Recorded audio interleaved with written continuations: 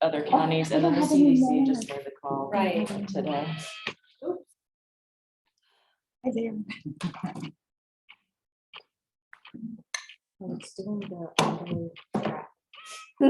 Oh no, you're doing it. Okay. Sorry, that's me. That is finding people. I know, I was like searching. Sorry about that.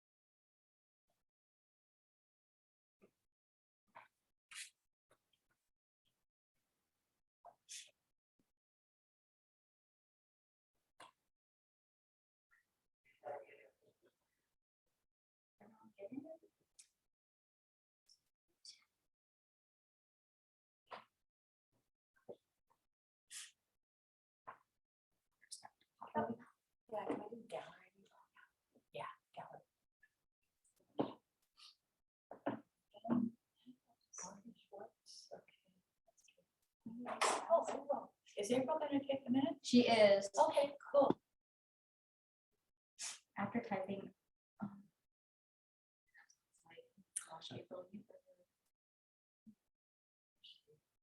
Hi, April. Hi.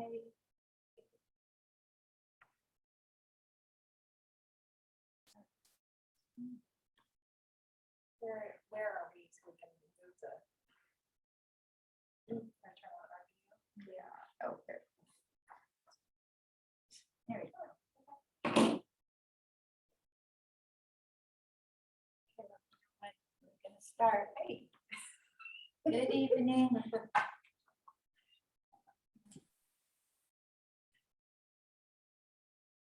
I'm not sure why April is so big. Well, Yeah. because we're not on gallery view, we're on move that window and up at the top, we're on that view where it's. in Oh, it's the middle one behind it. And the three, yeah. So which one should I be on? We'll move this window out of the way and then drag it. To the right, go to the right. Well, no. No, it's your first, it's in the, it's on the screen that April, Yeah, yeah. there you go. There. And then that, Oh, yeah. there we oh, go. that's good. oh, Okay. that's the one I've been searching for my whole life, my whole Zoom life. Yeah, right. Gosh. Okay, shall we get started here? Are we recording? Yes, we are. Okay. I will call this meeting of the Blue Lake City Council to order Tuesday, July 27th, 2021, 6:30 p.m. Please join us in the flag salute. I pledge allegiance to the flag of the United States of America and to the republic for which it stands, one nation under God, indivisible, with liberty and justice for all. Taking the minutes tonight, we have April Sousa. Would you establish a quorum of the council, please? Of course. It's so great to see all of you guys. Councilmember Curran? Councilmember Hogan? Here. Councilmember Doherty? Here. And Mayor Jones. Here. Okay, and we still have one open seat, which we will soon be filling, we hope. Approval of the agenda. Is there anyone from council first that would like to move anything around I'd like on to the agenda? move item 8 to just above item 13. Item 8, above 13? Oh, I see what you want to do. Okay, Yeah, move the closed session to the end, so to the that very end. Okay. All right, any other changes that you would like to make, Chris or Elaine? All right. Is there anyone from the audience is here for a particular item who would like to have their item moved? Seeing no hands, we'll come back to council. for a vote on the agenda? So I move we approve the agenda with the suggested edits. Oh, second. It's been moved by Summer Doherty, seconded by Chris Karen to approve the agenda with moving item 8 right before item 13. Any further discussion from council? Any discussion from audience? Back to council for the vote. All those in favor say aye. Aye. Opposed? It passes. We have an agenda. Item 3 is our public comment portion. The public is invited to present petitions, make announcements, or provide other information to the city council that is relevant to the scope of authority of the city of Blue Lake that is not on the agenda. The council may provide up to 15 minutes for this public input session. To assure that each individual presentation is heard, the council may uniformly impose time limitations of 3 minutes to each individual presentation. The public will be given the opportunity to address items that are on the agenda at the time the council takes up each specific agenda item. Do we have anyone here for public comment? Yes, Catherine. Over here. What are you doing? Sure. Thank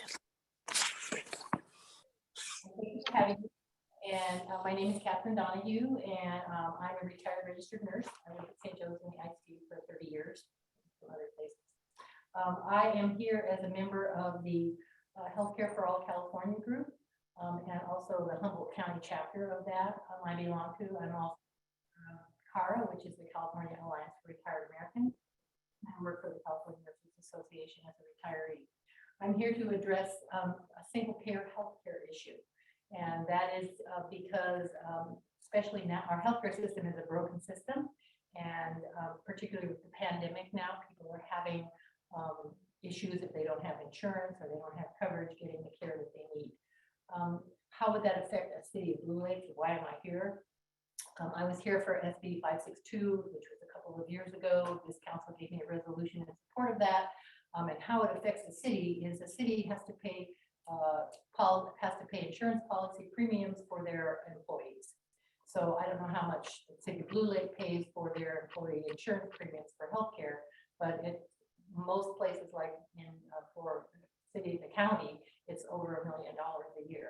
So this would save any government organization a lot of money if we went to a single payer system where we did not have any co-pays, policies to pay for, deductibles, and that includes businesses and governments and things where people have to buy healthcare policies. Healthcare insurance is a middleman that has no added value. They don't have a medical degree, but they are able to make profits by denying care, which is what we do. I don't know about the rest of you, but even as someone who gets Medicare, I still pay premiums for things that Medicare doesn't cover, like dental, vision, medication. That's not covered by Medicare. So the California Alliance for Retired Americans, this is always their #1 issue to support this because it doesn't cover that. I have friends that have paid $50,000 getting dental work done. It's not covered by Medicare. So I brought real quick because I'm here to ask and have this put on the agenda for next month so it can be discussed and I can answer your questions and we can look at it more. But I also brought a resolution because that's what I'm asking for. The way we're going to have this happen is we have enough public support that our Governor Newsom, hopefully he'll remain there after the recall election, but he ran on a campaign for single payer. And so we need to push him to advocate for that. There is a Healthy California Commission that he appointed to figure out how we can do this, how we can finance it. That's always the sticking point. How do we finance this? The finance comes, 2/3 of it we already get from the federal government, which the state has already applied for waivers for that. And so that there would be other costs that would have to be covered. There have been many studies that have been done about how that can be done. It would save money for everything that we have to purchase, drugs, whatever. I brought a sample resolution. It can be used, the Blue Lake City Council can change it however they feel fit. This was I put the city of Blue Lake in as the name, but this was the resolution that the Willow Creek Community Service District just passed last week. They just passed this resolution. So there's one for everybody here. And there's also a sheet on the back that has some information on, it's CalCare AB 1400, it's the California bill, and Medicare for All, HR 1976, which is a Jayapal bill in the House of Representatives federally. Then there's the websites for California CA Healthcare for All, Physicians for National Health Program, healthcareforall.org, and Healthy California for All Commission. That's the second one, www.chhs.california.gov. You can go to any of those. I think there's been 4 commission meetings and they've all been recorded. They can be watched, and there's a lot of links on both of those to find more information. AB 1400 is a policy bill. It was stuck in the assembly. It never got heard. It was put on the shelf again by our assembly member Jim Wood, and it didn't get heard. So, but the commission is working, and it's a policy bill. It's not the finance bill. That usually comes after the policy bill is passed. So in my contact information on there, I also put on the back somewhere, I put my business card for Cara. So that's why I'm here. I'd like to come back next month and have it on the agenda where you could ask questions and you could discuss it. See if you would be willing to sign this resolution. What we're trying to do is get all government entities in California to pass a resolution so that we can then present it to the commission to say the governments that are elected by the people in the state want this. 69% of the people in the state want to have a single payer system. And so we can discuss it. Thank you. Thank you for having me. Thank you. Thank you for your presentation. I'm interested too. I'd like to know how much the city of Blue Lake spends on health insurance policies for their employees. It's exorbitant. Yeah. That's a big savings. It would be a huge savings. Thank you, everyone. Thank you. Have a great evening. Is there anyone else from the public that would like to make a presentation during the public portion? Yes. We don't, Adeline, it's Stacia. We don't want to make a presentation. We just want to follow up on a letter that we wrote. Donna Acosta's here with me. I talked to Mandy this morning and she said she was going to read it into the public record, but maybe we should. I don't know, since we're here now at this spot. I don't know when she was going to do that. So did you get copies of the letter from the people on Redwood? And I believe we all read it. Okay. Would you like me to read it into the record? Well, we're on a free, You have a 3-minute time limit. have a 3-minute time limit for the presentation. So if you want, Do you want me to read it fast? sure. Okay. This is from the people who live up here on Redwood and Pearsall. It says 2 distressing things happened recently on Redwood Pearsall Avenue in Blue Lake. The first was on Sunday morning, July 18th, around 9 a.m. A young man was attempting to break open a safe that he had stolen and stashed alongside the road on Redwood Avenue.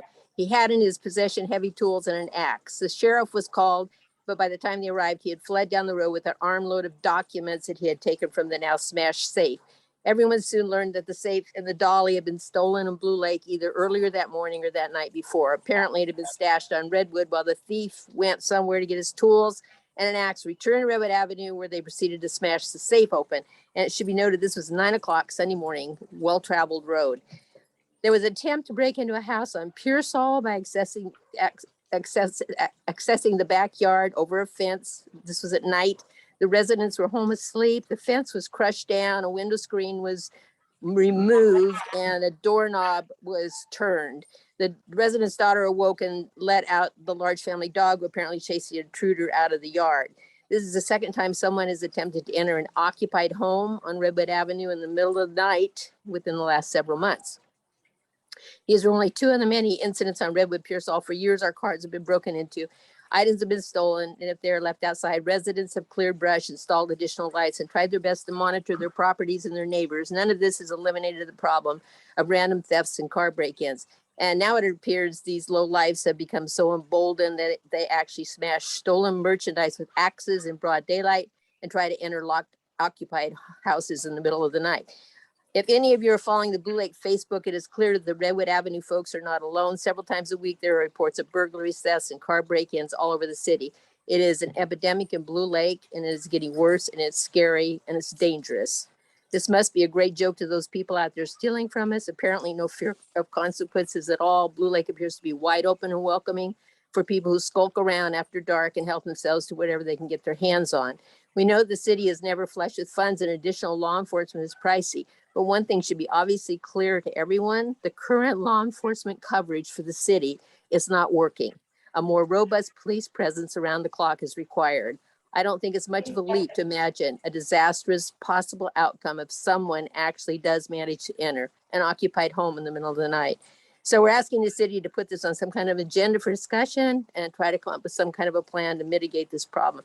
And then I have my signatures. So when I talked to Mandy this morning, you know, I do know it's a systemic problem. I do know it's not just Blue Lake. And she was trying to describe the police coverage. And she said that there was officers out here during the night until 4 a.m. in the morning. And I said, are there really? And then she went, well, there's supposed to be. So maybe we should check on that. And the other question I have is what happens after 4 in the morning? Do we have coverage? Is there anybody out here? Because there appears to be just nobody around. So I said to Mandy, maybe this could be a jumping off point where she can discuss with the sheriffs and try to find out exactly what our coverage is. And if they really are here, if we're really getting our money's worth, and how we can proceed to get a few more cars on the road, because police presence is a big deal. I know it's not going to completely solve the problem, but it would sure help. Thank you. Yep, you're welcome. Yeah, we're aware of that. Like you said, it's not just our town. It's happening all over, unfortunately. And I don't know why people are getting desperate. What are our hours, Mandy, for the? We have Monday deputy? through Thursday, 6 p.m. to 4 a.m. And then we have Saturday, Sunday, 8 to 6 p.m., I believe. And then we have the Willow Creek deputies and the deputies that go West End and Glendale, then circle through Blue Lake. But there's a huge shortage. The sheriff is down another 23 positions again. Oh. There's a real lack. There is a lack of manpower, honestly. But we've never seen really that the increase presence of law enforcement is a deterrent because it's all opportunistic. Like I would say, they don't ever do this in front of anyone. They do it when no one's around. And so it's really difficult, and no one's getting in trouble right now.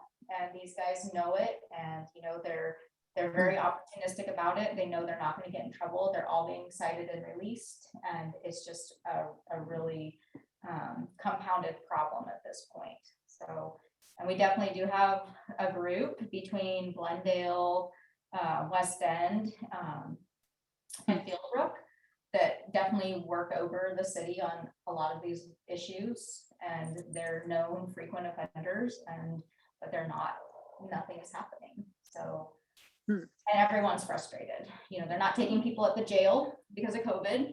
And so it's high level crimes that are not even being taken to jail. I mean, we're talking like, manslaughter, weapons charges, and they're not, it's just cite and release, car thefts. So it's just compounding, and I'm not really sure what the solution is. And we've tried to engage the public.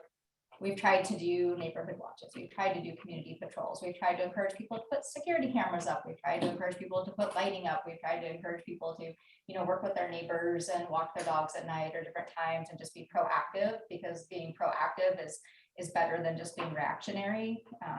But we've had very little success in, getting the community involved in any of that. We also have the SCOPE program. That's another thing that could be initiated. We've tried for years to get people involved in SCOPE, and that's something that if we had a number of people, I think we only needed 3 or 4 people in Blue Lake, we could have our own SCOPE area, and we can't get people signed up for that. Yeah, we had a whole presentation on that recently, and the Public Safety Commission developed a whole program on the surveillance program, as well as the observe and report. And Of course, the problem is happening in the deep, dark hours of the night. You can have all the programs you want in town during the day, and the only people that are going to be out at night is going to be the sheriff, if we have them. Everybody else is home in bed. We're peeking out of our windows. We've got lighting. We're doing our best, but so it's happening in the middle of the night. So I don't really know what we can do to help with that. Yeah, happening in the early morning hours. Yeah. Yeah, and Adeline, I'd like to just add to that, listening to all the things Mandy listed off. I would say our little neighborhood up here, there are a lot of people with dogs and they walk up and down the street at all different hours. Quite a few people have motion lights. We definitely watch out for each other. So we are implementing, Mandy, a lot of the things that you said, but it is scary to think about somebody trying to get into your house in the middle of the night. You know, even, I mean, we've got 2 dogs and it's like, you're hoping they're going to bark and scare somebody off. So it seems like if we even just had somebody driving around, and like you said, that might not work, but something needs to be done a little bit more than what's happening. Yeah. Yeah, I mean, maybe it's time for us to have a little talk with our sheriff and have him even come and talk to us and maybe express some of this frustration that people are having and maybe adjust the hours. And we, that we so have different Say coverage. something about there used to be a lot more cars driving through town. Right? If you're not Thanks. speaking, please mute yourself, Dave. I'm sorry, If you're not speaking, please mute yourself. So I'm not catching that. What did you say? Said if you're not speaking, please mute yourself. So Dave, could you please mute yourself? Did you mute him? no, person? Yeah. It's like etiquette in a meeting. If you're not in the speaker position, then you mute yourself. Thanks. Anyway, the Public Safety Commission does receive a lot of comment and members that come and talk about it, and the sheriff is there at that. Yeah, so that Lieutenant happens Miller once a comes month. every month. Yeah, I mean, that's another opportunity to speak with the sheriff there, but it's. Yeah, and it's certainly interesting come when we go over our statistics, our crime statistics, you know, when we hear things like there's an epidemic in town, crime is on the rise, the statistics don't bear that out. Either people just aren't reporting it, or I don't know what the problem is, but it's not, the data isn't showing that. And we go through this every month. We go through all of our crime reports. We meet, the lieutenant attends all of our monthly meetings with public safety. He goes over all the statistics. He goes over the crime logs with us. And And, the main thing is, one of the main things he's seen is people report it on the Facebook page and don't understand that that's not actually reporting to the sheriff's department. And so that's they can't necessarily go off that, although they do keep an eye on it, but it's not an official report.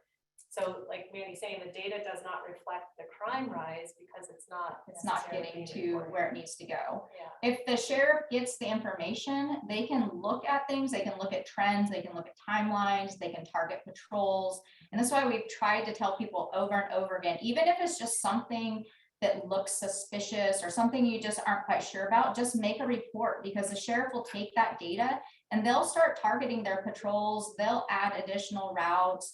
They'll cruise your neighborhood more. But if they're not getting that information, then they don't know that it's happening. And the incident that you were just mentioning that happened over, I think, the weekend, I don't believe that a report was actually made. I'm hoping, I encourage them to make it and ask them to make the report. But what I received was an email asking me to pass it on to the sheriff and not an actual report. So it's things like that. If they don't get it, they can't respond. And I know it's sometimes frustrating. People feel like maybe the sheriff isn't taking it seriously or whatever, but it really, once it gets in the system, then then it becomes statistical and it becomes data and it becomes, it becomes manageable and you can see it. If it doesn't get in there, it's lost. So it's one of the problems that we've really been wrestling with in the community. And I get it that it's frustrating for sure. And you get a case number when you report it too, because we just had a case of my husband's credit card was breached. Somebody put $8,000 worth of trips on it. And he contacted a deputy right away. And unfortunately, the deputy didn't come until like 2 days later, but he showed up at our door. Ted showed him pictures of all the bills that had been accrued on his phone and everything. So, I mean, and then you have a case number that you can refer it to. And then the other idea is the Public Safety Commission, which meets, when are they meeting now regularly? First Monday. The first Monday here. They're doing Oh, Zoom they're still. still Yeah. Zooming, okay, all right. Thank Um, you. Okay, one quick thing, Mandy, is that data available from the sheriff of how many incidences are happening in Blue Lake, and where could we get that? It is, and there's, they actually have a system called Citizen RIMS, and I've also shared that a million times on different forums, trying to get people to take an interest in that. It's, if you go to the sheriff's website or do county sheriff Citizen RIMS, RIMS, it's an online system, and you can actually track visually via the satellite map where things are happening or where incidents have taken place or where reports have been made. And it's a very interesting tool, and it's very visual and spatial. So it's a really good system to participate in. You can also report online. You can report suspicious activity online. We've given everyone the number of the non-emergency dispatch. You can call that number and make a suspicious report or any type of report, or make an appointment with a deputy. That is also available to everyone. And the sheriff encourages people to make the call. They come to our meeting monthly and they say, please, no one's calling. You've got to make the call, so we know what's going on. Okay, great. Yeah, I know Donna called, but I don't know about Abraxas. I appreciate it, you guys. So do you think maybe you could, I mean, you've said some really interesting things. I mean, I'm kind of a hermit up here, so I don't get involved in a lot of things, but so I haven't heard them, but I have no doubt you're telling people. Do you think you could do like just a little 1-page newsletter with the water bill and just say, view what's happening, and put on there about the reporting? Number one, you've got to report these things. And I don't know, just something to acknowledge what's going on and maybe encourage people to do different things. We have that on the bottom of the water bill. We could remind of those figures. Page on the website, just have her. Right. And we do, we have all the information on, we've done so much community. Yeah. Yes, but we can continue to do that. We can, and I'll send that information over to you also, Donna, so that you guys have it. Thank you. Thank you for Listening to us. Bye-bye. Thank you. Is there any other public comment from the public on something that is not on the agenda? Matt has his hand up. Matt? Matt, did you have your hand up? Do you want to be unmuted?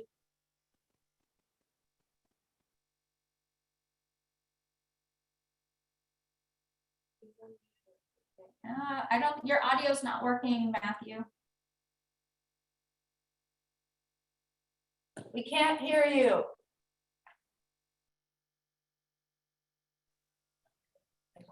Please do. There's also a call-in number on the website with the link. If you want to, you can use your phone as well if your audio is not working.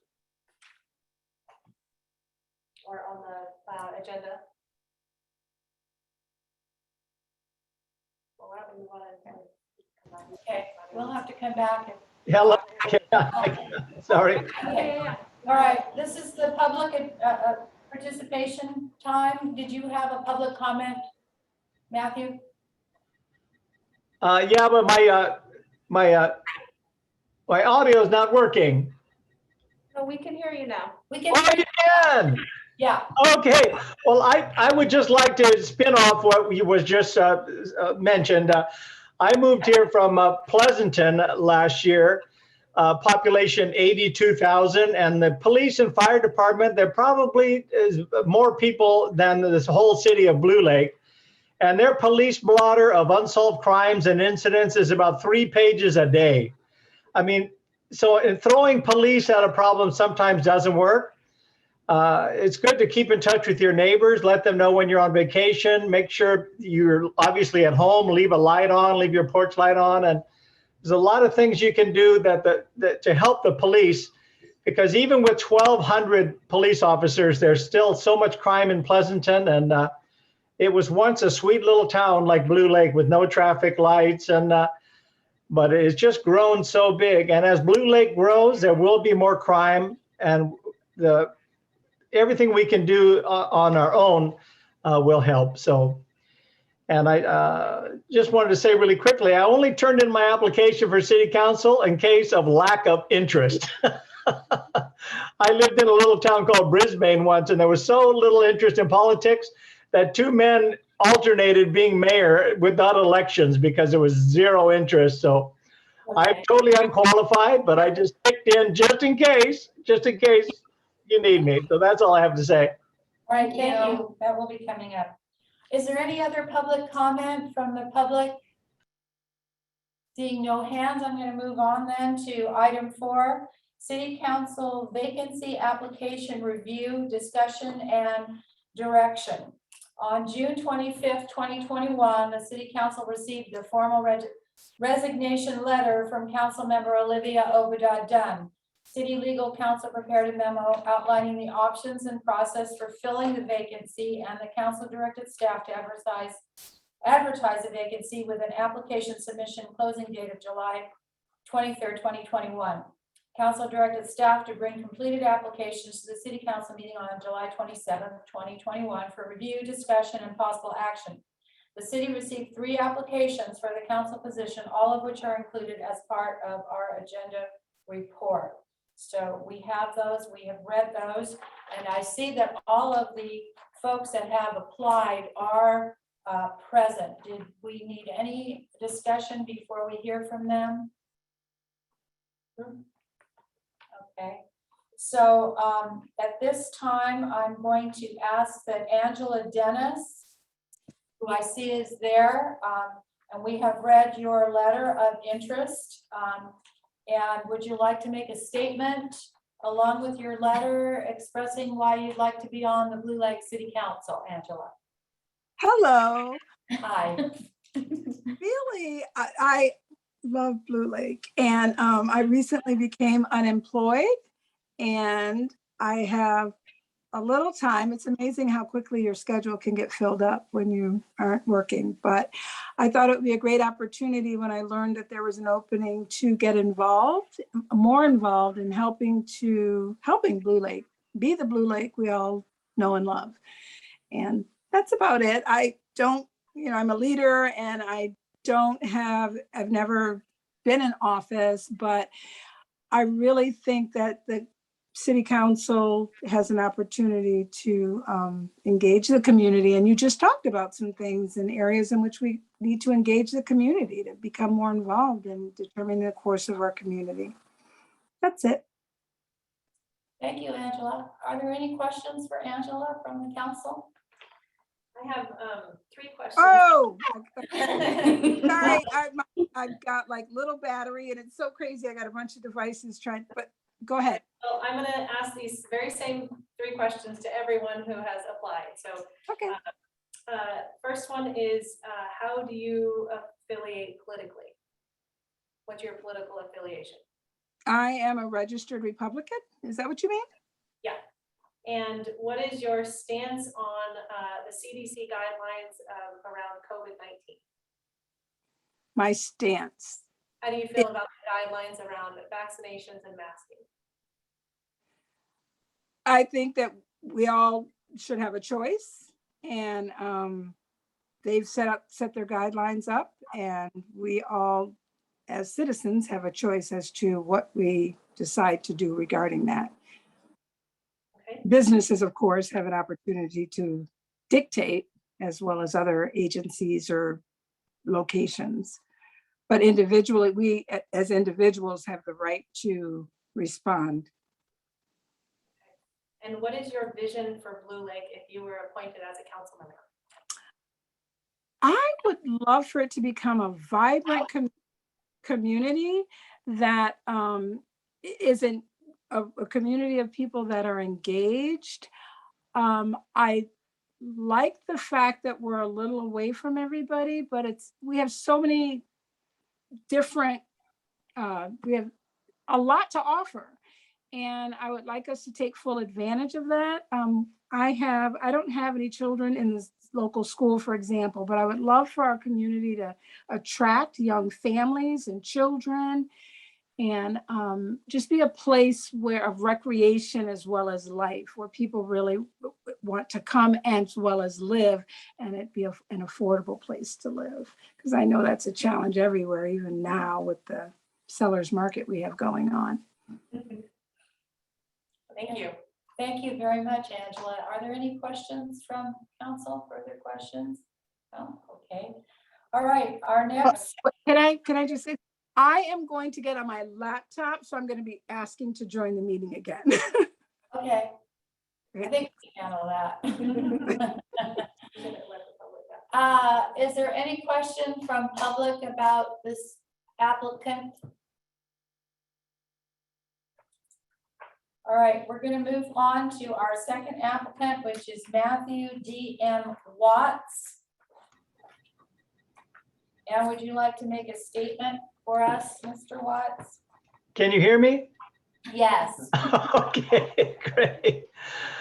Well, my name is Matt J.M. Watts. My middle name is Jesse Montez, my grandfather's name. And I'm new here. I moved here last September. And I think one reason I applied for city council is because in my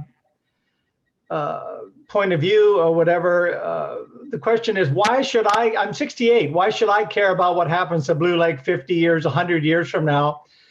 But my experience growing up in Pleasanton, when it was the size of Blue Lake, I grew up watching that town virtually destroyed by poor city management, by unbridled growth. They quickly outstripped their water supply. The sewage system was overwhelmed, so they started pumping sewage underground. And guess where the water comes from? They drink underground. So I can tell you, I can give you a formula of how to destroy Blue Lake for the future. Even though we're out here in the middle of nowhere, put in some 50-unit apartment complex. Put in I can tell you how to destroy the town. So even if I'm not on city council, I would like to come to meetings and put in my 2 cents. And when some critical decisions come along, that should we allow development over here? Well, I'm going to say, well, how does that affect the sewer plant? How does that affect the water supply? How does that affect the fire department and so forth? And I have some little ideas too that the volunteer fire department is great. They're really awesome, but I would consider an adjunct, a volunteer earthquake response group. I would volunteer for that if someone would give me training in the event of a mass emergency where you need 100 people to help. I would like to be trained and have some equipment or something to supplement the overwhelmed fire department in the event of a massive emergency. So I have ideas. I want to contribute them. I live in the old fire chief's house, 2 doors down from City Hall, across from the firehouse. I could be there in a second if you need me. And like I said, I applied just in case there was no interest, but I'll vote for Angela. I think she's really great. I don't know. But if I'm needed, I'll do it. I don't particularly want to do the work, but if I'm needed, I'm here. Well, it is a long term because it was first voted in last November. So it's basically almost a full term. It's, about 3.5 years. No, it's 22. No, March 2022. Oh, Yeah. It's the midterm elections. Yeah. oh, we're gonna vote again. Oh, okay. All right. Well, I stand corrected on that. Sorry. So we should be clear that the person who is appointed would serve through March of 2022. Okay. And in the interim, you would have to take out paperwork and run for election if you wanted to continue on. So this is a great trial period for you and for the citizens of Blue Lake. Perfect. Or anybody else who would like to run for election could also take out paperwork and run in the March 2022 election. Sorry, I stand corrected. I thought it was the middle of her term. Okay. Did you want to ask Matthew your 3 questions? Here's the 3 questions from Mayor Pro Tem Doherty. Matthew, how do you affiliate politically? I'm a lifelong liberal Democrat artist, conservative in some ways. I don't like to see too much change. Like I wouldn't want to see the American flag change. So I like some things to stay the same. I'm a little bit fiscally sort of conservative, but I'm very liberal. I'm an artist and, yeah. Okay, and what is your stance on the CDC guidelines pertaining to COVID-19? Well, I always, I carry 2 masks with me, a little cloth one that goes up really quickly and a paper one in my pocket. So when I go certain places, I'll wear both of them or one of them. I wear a mask in the grocery store, and partly out of courtesy. I've been vaccinated. I don't need to wear one, but when I'm walking down the aisle in the grocery store, I don't want people to have to guess or worry. You know, if I have a mask on, they feel comfortable, I feel comfortable. So I wear a mask most of the time. And what is your vision for Blue Lake? Well, I'm still getting to know Blue Lake, but I would like to see it. Years ago, Pleasanton was billed as a city of planned progress. And that went out the dumps. Somebody just started saying yes, yes, yes to every development, and it became overcrowded. And so I would like to see Blue Lake be what Pleasanton should have been, planned progress, where everything is considered very carefully. If someone wants to put in 50 apartments, we're going to say, well, let's do a survey to see how that's going to affect the water system, the sewer system, the traffic, the school, the fire department, so that everything doesn't just get overwhelmed and destroyed as Pleasanton was just really wiped out. You know, it's dirty now, the water stinks, it's crowded, there's so much crime, they can't, the police blotter is 3 or 4 pages long daily with unsolved crimes. Talk about people breaking in your house. It happens every day in Pleasanton, and they can't do anything about it. If you leave your bicycle in your front driveway, it's gone the next day. So I don't want to see Blue Lake turn into that. Thank you. Thanks, Matthew. Thank you very much. Our third applicant is Benjamin Mccray. Mccray. McCreef, I'm sorry. Okay, Benjamin. We have your application, and would you like to make a statement to the council before we ask you questions? Sure thing. I'll keep it short and sweet. So I grew up here. I was born in Arcata at Mad River Community Hospital. My parents have lived here since the late 80s. I went away to college, got a job in Pleasanton, actually, and made a well-considered decision to move back to Blue Lake because it's where I call home. It's the place that I love, and it's the city that I want to see grow and you know, become a tight. Well, it's not a tight-knit community, but leverage the tight-knit community and the resources that it has to better itself and become the best Blue Lake that Blue Lake can be. Okay, thank you, Matthew. I'm sorry, Benjamin. And thank you, Benjamin. Three questions. Mayor Pro So- Tem, go. How do you affiliate politically? I'm a registered Democrat, but I vote issue by issue. And what is your stance on the CDC guidelines around COVID-19? The present ones are the ones that have been going in and out for the past year. Let's see, that's a good question. I think overall in your stance on masking, vaccinations, and Sure, I think the CDC has been late to the game. I think that their direction has been confusing at best and harmful at worst.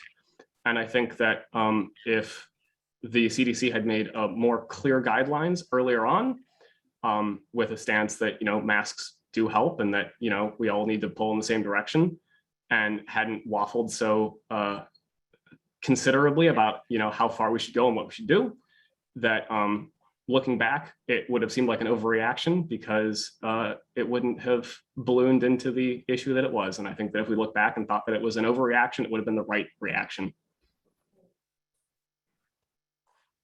And what is your vision for Blue Lake? I think Blue Lake is a lovely little gem nestled in the foothills just off the coast. And I think it has a fantastic community and set of natural resources and its beauty and its just kind of given location. And I want to see those two things leveraged to make it the happiest, most kind of efficient community that can exist. I think it's well positioned to do so. I think it's got everything it needs to be a self-sufficient, efficiently little run city.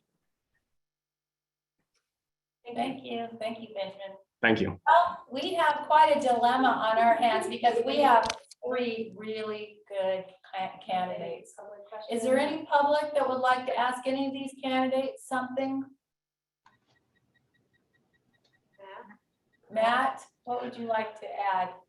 Well, I just wanted to ask both because Benjamin first. I have no political aspirations. I'm not don't want to be governor or anything like that. I'm just curious. Are you interested in a career in politics?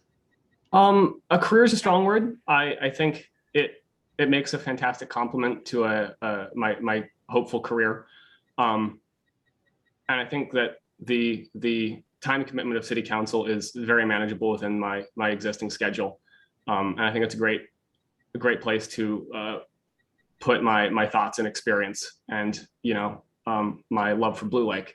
But I don't want to be governor either. How about mayor? Mayor of Blue Lake, in 50 years, I think could, Okay, thank you. Same thing to Angela. Are you interested? Would you consider like going into politics, becoming a congresswoman?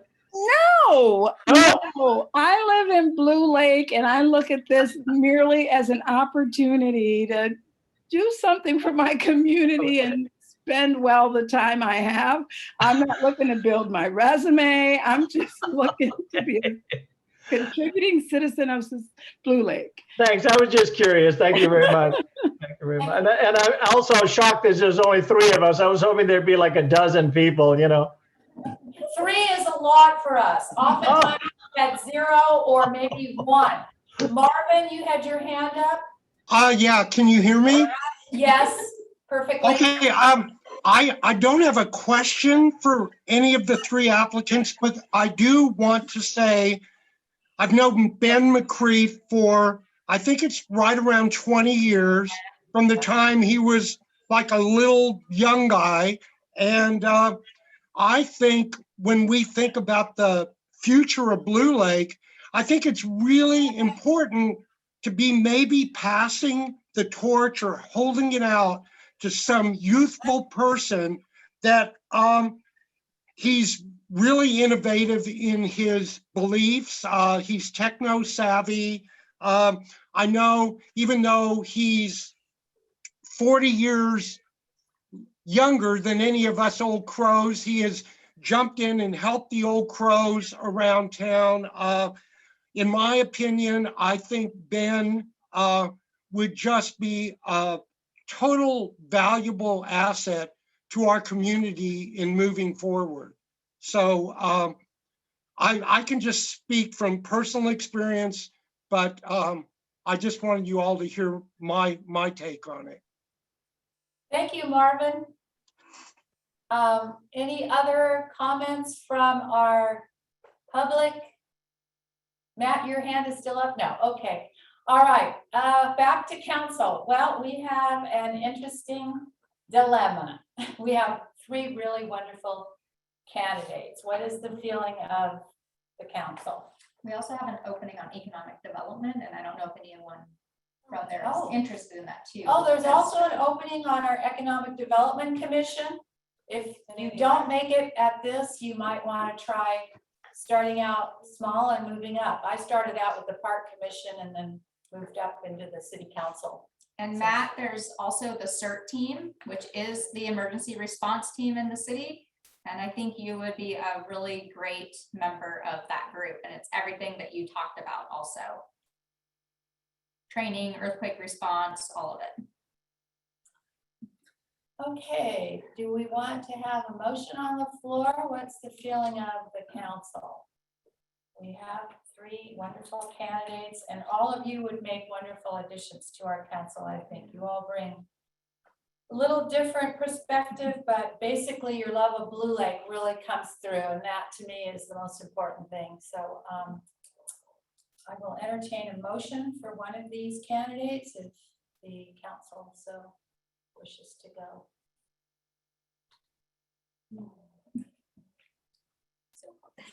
Sorry, yeah. What do you think? Sorry. I would motion to appoint Benjamin Mccray. There's a motion on the floor to appoint Benjamin Mccray to the empty position. Is there a second? I'll second it. I don't usually, but I will second it. I'd also encourage Angela to join the Economic Development Commission with her finance background too. Yeah, that's a good point. Okay. All right, motion made by Summer Doherty, seconded by Adeline Jones to appoint Benjamin Mccray to the opening for city council member. Any further discussion from council? Well, I just want to say that I really appreciate everyone's application, like Matt jumping in after you just moved here, you know, just jumping right in and getting to know Blue Lake. I really appreciate that. And Angela, you both live right next to me, so both my neighbors, for jumping in. And I just, yeah, really appreciate everyone's like ambition and applications and wanting to make Blue Lake a better place. So it's a really hard decision, but yes, we're going with it. We're gonna take the vote. I agree with Elaine though, that this is not, I think when I first ran for election, it was daunting. And so I respect your ambition as well for wanting to take that jump into this position. So, there's also the election coming up. There are commissions to be part of, to be part of the city and to support your community. There are multiple ways to do that. Well said. All right. Any further discussion from council? Anything from audience? Back to council for the vote. All those in favor say aye. Aye. Opposed? It passes. Welcome, Benjamin Mccray. Angela, can I pass your application on for the Economic Development Commission? I know that's what you had originally. Yes, you may. Okay. Thank you. Great. All right. Perfect. Okay, so let's explain this. So at the next meeting, we would swear Benjamin in, or would we? Well, do it you now? know, How we does that could work, do April? it tonight, actually. You swear in tonight. Yes. Oh, Yeah. wow. I was sworn in the very night they all decided on me when I didn't run the first time this last time. Okay, so I guess we're going to do this via Zoom, Benjamin. There is an oath you need to take to uphold the Constitution. I believe April is ready with that oath to read to you, and then it will be official. All right. All right, so please raise your right hand, and repeat after me. I state your name. I, Benjamin Mccray, Do solemnly swear or affirm do solemnly swear or affirm that I will support and defend the Constitution that I will support and defend the Constitution of the United States and the Constitution of California, of the United States and the Constitution of California, that I take this obligation freely that I take this obligation freely without any mental reservations or purpose of evasion, without any mental reservations or purpose of evasion, and that I will well and faithfully discharge and that I will well and faithfully discharge the duties upon which I am about to enter. the duties on which I'm about to enter. Congratulations. All right. There is a written oath that you will need to sign, and Mandy, if you need help finding that, I can get that for you. Okay, thanks, April. There is also a Form 700 that you need to fill out, which will divulge if you have any real property in the town or those kinds of things. And you can get that at City Hall as well, or online. All right. And in addition to that, then there are a couple trainings that you'll need to go through, which include sexual harassment training and ethics training. And so we have a program that we can set you up with for that. And then, so we've been meeting here in person, and you're welcome to join us at the next meeting or run down here right now, or you're welcome to do it via Zoom. All right. I will swing by tomorrow and grab the requisite paperwork. Okay. There is also, I don't like to add this, but there are adjunct duties that you do along with being a council person. For instance, I represent the city on HCOG, which stands for Humboldt County Association of Governments, and we've been doing it by Zoom, but it is in Eureka. Summer is the representative for REDAC and the Chamber of Commerce. Public safety. So we would public safety. Yeah. So we might want to relook everything and see if we want to shuffle things around. Or assign him the ones that Olivia had. Yeah. Because this could be just till March potentially. Yeah, till March. Yeah, we'll have to see what Olivia was assigned to. I can't recall off the top of my head. Do you remember, Amanda? Indian Gaming Yeah, Commission. it was pretty minimal. Okay. Yeah, I think it was Parks and Rec. Yeah. Indian gaming, and maybe the rancheria. And then we also have alternate too. So we're the primary, and then we could, another person would be the alternate, but it looks like that won't be that big of a problem. All right, thank you, Benjamin, for stepping forward. So we are now on item 5. Karen Barnes requests to rent and close the Blue Lake Horse Arena on September 3rd through the 4th, 2021. And direction. So Karen Barnes has made a request to the Parks and Rec Department to rent the Blue Lake Horse Arena for September 3rd and 4th. Ms. Barnes is requesting the rental in order to preclude the use of the space by horse riders in order to minimize dust and noise at her residence. Ms. Barnes is holding an outdoor party at her home and is concerned that dust from the use of the arena or water from the arena sprinklers used to maintain dust will impact her event. Ms. Barnes has rented the arena in the past for this same purpose, and it has been discussed with the Parks and Recs Commission if this type of rental is appropriate. Although the city does allow park facilities to be rented, they are always rented for an appropriate use and not to prevent access. The rental request is for the Labor Day weekend, which is typically a time when the arena is used by the public. The Blue Lake Saddle Club plans to set up obstacles in the arena for the public to utilize over the weekend. Although the club was not proposing to rent the facility, there is the intention to facilitate riding at the arena during these dates. It is typical of the Blue Lake Saddle Club to periodically set up obstacles in the arena to encourage use and facilitate, various types of skill training. And we have a letter from Karen Barnes, which we've all read to the council concerning that weekend, it being her 40th wedding anniversary, wishing to have a party that day and mentioning the issue of the dust and also the issue of water being used incorrectly, possibly affecting her electrical equipment. So is there anything else we need to know about this item, Mandy? No, I think that's it. I mean, I think the concern in the past had just been that it felt a little bit awkward to rent a public facility to preclude public access. We usually rent facilities for use. They're rented and they're reviewed to see if the use is appropriate.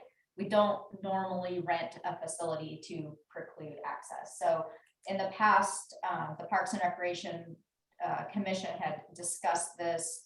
Karen and her husband have rented it in the past for the same type of activity.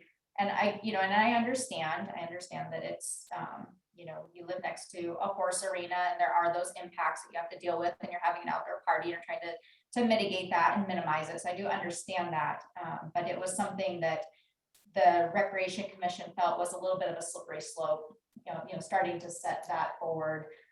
How far do we go with this? If someone decides that they don't like the Buddy Brown Blues Festival and they say, you know what, I hate that festival, so I'm going to rent the park before that on that date and close it down, or just like how far do we allow something like that to go? And it is public space, and I don't know if there is any legalities attached to that. That'd be something I'd have to talk with our attorneys. It's taxpayer dollars that goes to keep these spaces open and functioning, and I'm not really sure if that's an appropriate use. So I wanted to bring it to council and have you look at this issue and have Karen and Marty have a chance to present their letter and their issues and concerns as well. So the Park Commission has discussed this issue before. Yeah, we did talk about this because, we had this happen in the past, and there was some pushback from the horse community. Having the facility does get rented by different user groups. I mean, we could rent it for dog agility. We could rent it for archery, but it's always for someone to use it. And so the last time it was rented and it was locked for multiple days.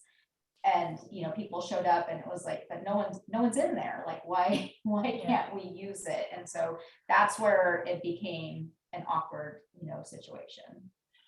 Yeah, and I totally understand. And I think what needs to happen is a policy change needs to be made. We can't do tonight, obviously, that the use of the park is what is intended for, and not to just close down. And I think it was Elaine at our last meeting that mentioned that you mentioned that, Buddy Brown's, but even the idea that somebody really rich could come along and close the park down all the time if they did. So, you know, the worst case scenario could happen. So I think we do need to have a policy change at some point, but as far as now, we don't have that policy in place.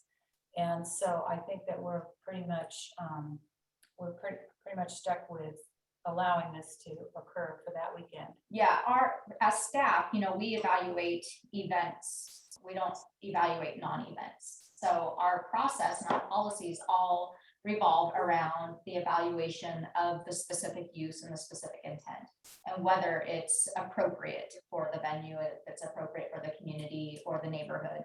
So we don't have a policy to evaluate a use to prevent access. And so it is a bit of a gray area. And like I said, I don't know the legalities behind it. When it is public space, if you're renting for public space to prevent public access, if that's something that needs to be considered as well. So I think last time we had talked about bringing this as a policy change. And here, excuse. Thank you. So we had talked about it last time that we would like to see a policy change happen so that our public spaces are rented for intended uses, and there are specific intended uses for these different public spaces. And so I agree that at this point, I feel like we should allow this to happen this year, and then keep in mind that we need to go through a policy change for all of our public facilities to look at intended uses and how these spaces should be used. Yeah, we need to consult with the lawyer so that we can get the proper wording in that expresses the desire to keep these arenas and the fields for their use, which is for the public, and that's what we want to happen before a non-event would happen. But as of now, we don't have that in place. So I think we are going to have to allow this to occur. Did you want to make a statement, Karen?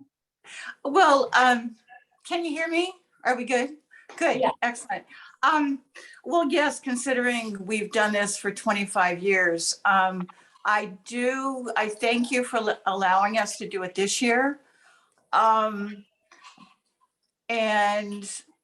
I'm curious then if you can rent Perigo Park for like a full day, and and like Buddy Brown or something else where you have to pay to get in, you're not having access to that facility as an individual.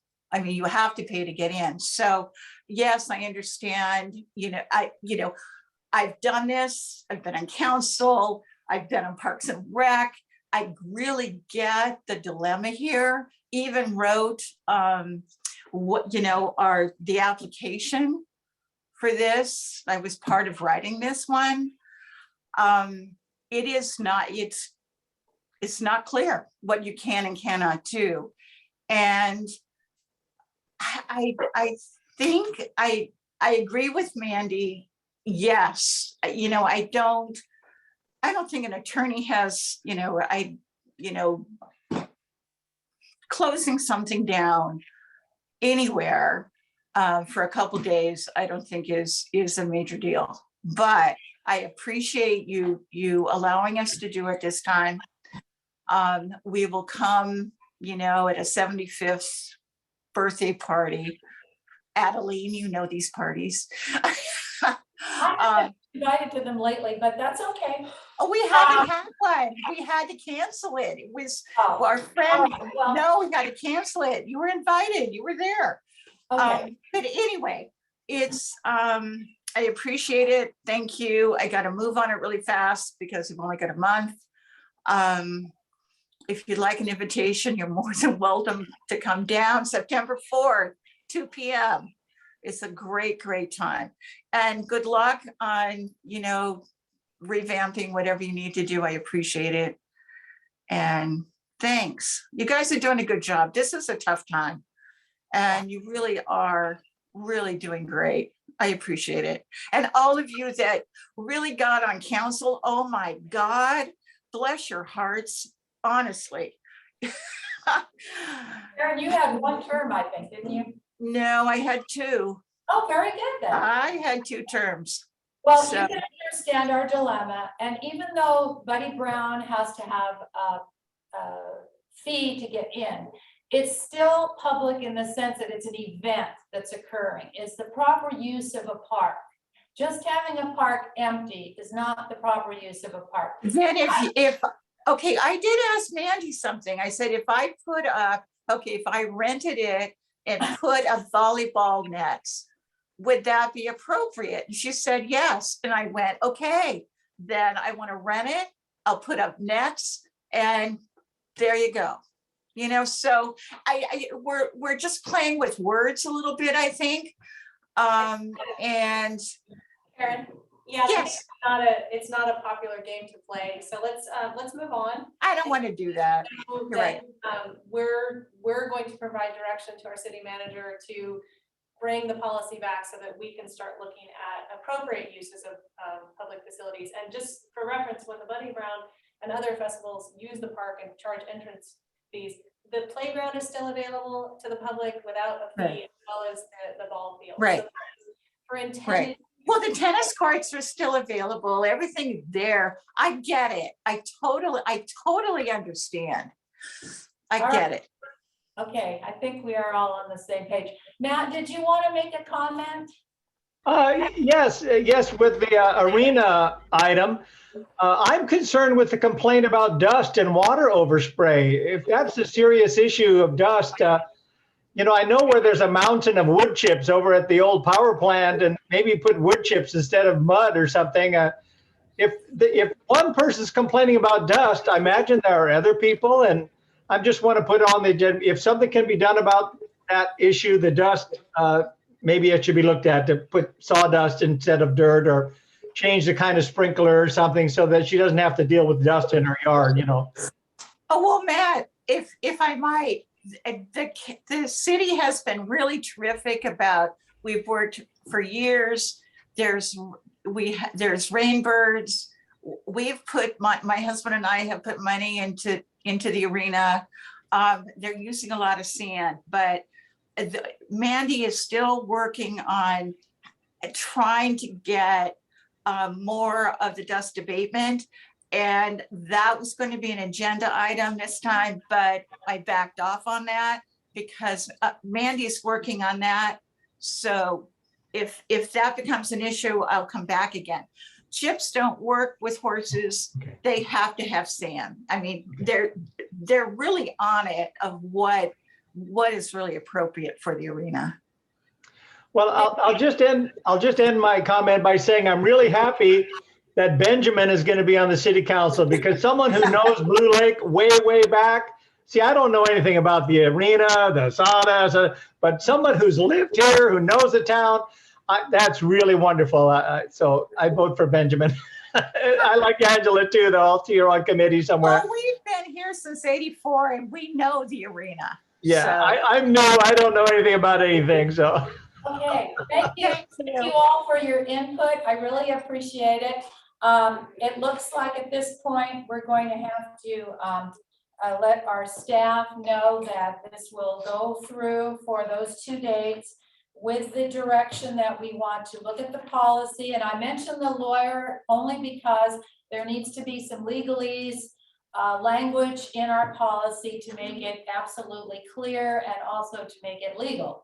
So that's why I mentioned the attorney, not that there'll be any lawsuits or anything. I'm not talking about that. I'm talking about getting the wording correct. So I think we're going to have to direct staff to go ahead and let this occur for this weekend and of the Labor Day. I mean, I for do the 2 think days. that the 2 days is excessive. It's a long weekend, and 2 days of no one being able to ride their horse in the arena seems pretty excessive. You need Friday. You don't just need Saturday. Can you just go with just Saturday, Karen? I have to unmute. Okay.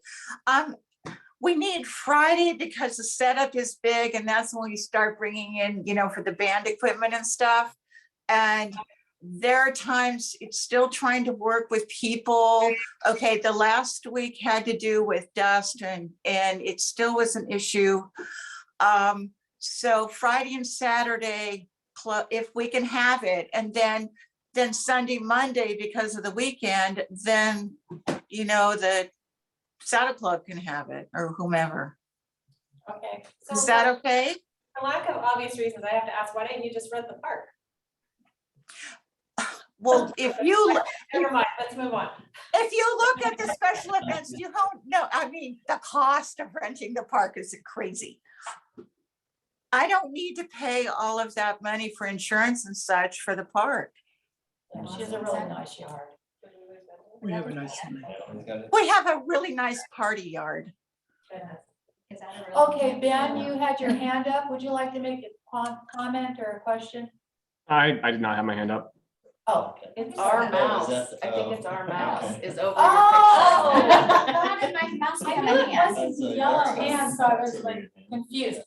Okay, so the direction then is that it looks like the arena will have to be closed for those 2 days, the 3rd and 4th.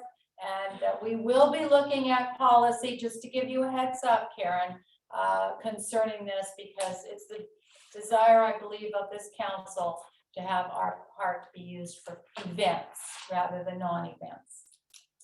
All right, we're going to move on then to item 6, Powers Creek Development Project Update, Discussion and Direction. Yeah, so this is a placeholder agenda report. There's not a lot to update council on right now. Russ has just gotten back from vacation, so he just came back Monday and has picked up the review of the exclusive negotiating agreement and also the design development agreement. So he's reviewing that and moving that forward. So that'll come back to council. We have a weekly meeting just to kind of talk about progress. Mostly we're just talking about grant funding. There is some movement on Cash's design, mostly just kind of a layout of square footage and site layouts for consideration, but there's nothing really concrete at this point. So we're still just kind of working through all the details so that council has something more solid to evaluate and ask questions about. Hopefully at the next meeting, we should have something more. So we talked about having some workshops, public workshops, and Yeah, and I think we need to get the agreements in place first. You know, my concern on my end is we're expending staff resources and time and money from the city that we could be recouping also from the developer. But we can't do any of that until we have an agreement. And I'm kind of hesitant to go too far into this without having something that ties us to some outcome, or at least you know, a decision to not have that outcome. But you know, right now we're just kind of in quasi land. So I think the next step really is some type of contractual agreement, so that we all know that we're working in the same direction. It's still a little ethereal at this point. So you know, there's not really a way to recoup costs.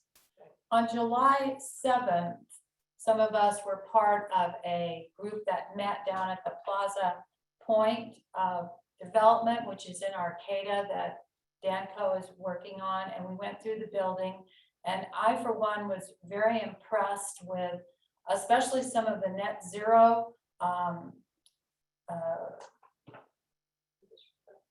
infrastructure, that's a good word for it, that are put into his projects. The manager's apartment, he always makes it a little nicer, so it attracts a good manager to come in and manage apartments. And then we also went next door to the other apartments that he had built, and we saw a finished product, and he had a pocket garden that was really rather nice, and the lobby was quite lovely. There was a gym, a little room that was used as a gym. So I know that someone has suggested that perhaps there be like a public area in this new development in Blue Lake, and I can see that happening after seeing what occurred in Arcata. That's a much bigger development, of course. And then the other thing I was gonna mention is there was a July 12th deadline on a grant, is that correct? Did that get in on time? So we are precluded right now from, this is one of our other issues is looking at grant opportunities. The city does not have a certified housing element at this point, and we are moving forward with it. And we had a great meeting with the planning commission this month, and I think we made some really good forward progress. And we've also reached out to Senator McGuire's office about some assistance. It feels a little bit strange. It's like you want us to do an affordable housing project and you're telling us we have to, but yet we're precluded from applying for the funding because our housing element doesn't meet the requirements. So, but does it make sense to really hold us at that? Or does it make more sense to get the final product and we're continue to work towards it? So we're trying to see if there's any wiggle room. There are a few grants coming up that have some late August, late September deadlines that don't require housing elements to be certified that looks like we could be applying for. So that's another reason why we need to get some agreements in place so we all know what our role is and what level the council wants to move forward. And then if you have time this week, I'd be happy to meet with you and kind of give you an update and kind of go over the actual details of the proposal versus kind of what's kind of been out there in the public, maybe that's not necessarily really where the council is at this point.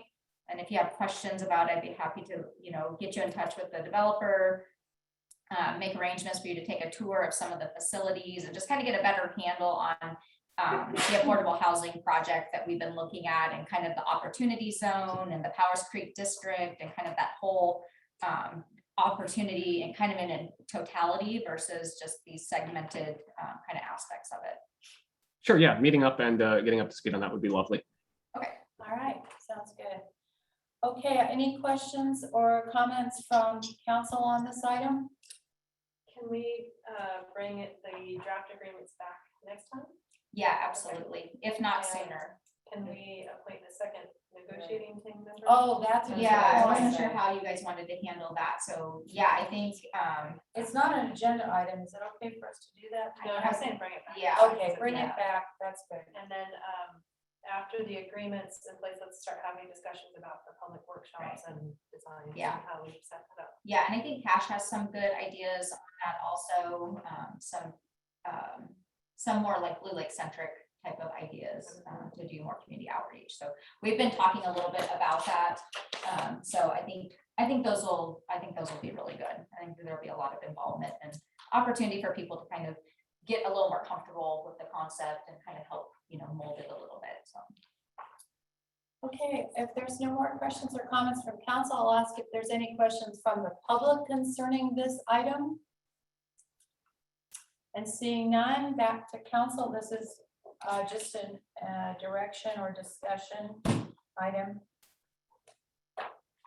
So we will continue to place it on the agenda. Item number 7 is the Blue Lake Garbage and Humboldt Sanitation Contract. Blue Lake Garbage has been purchased by Humboldt Sanitation. The city is in the process of reviewing and recommending contract language for council's consideration. Staff will provide an update on the process and may request council action as appropriate. Humboldt Sanitation also owns the B&B property in Powers Creek.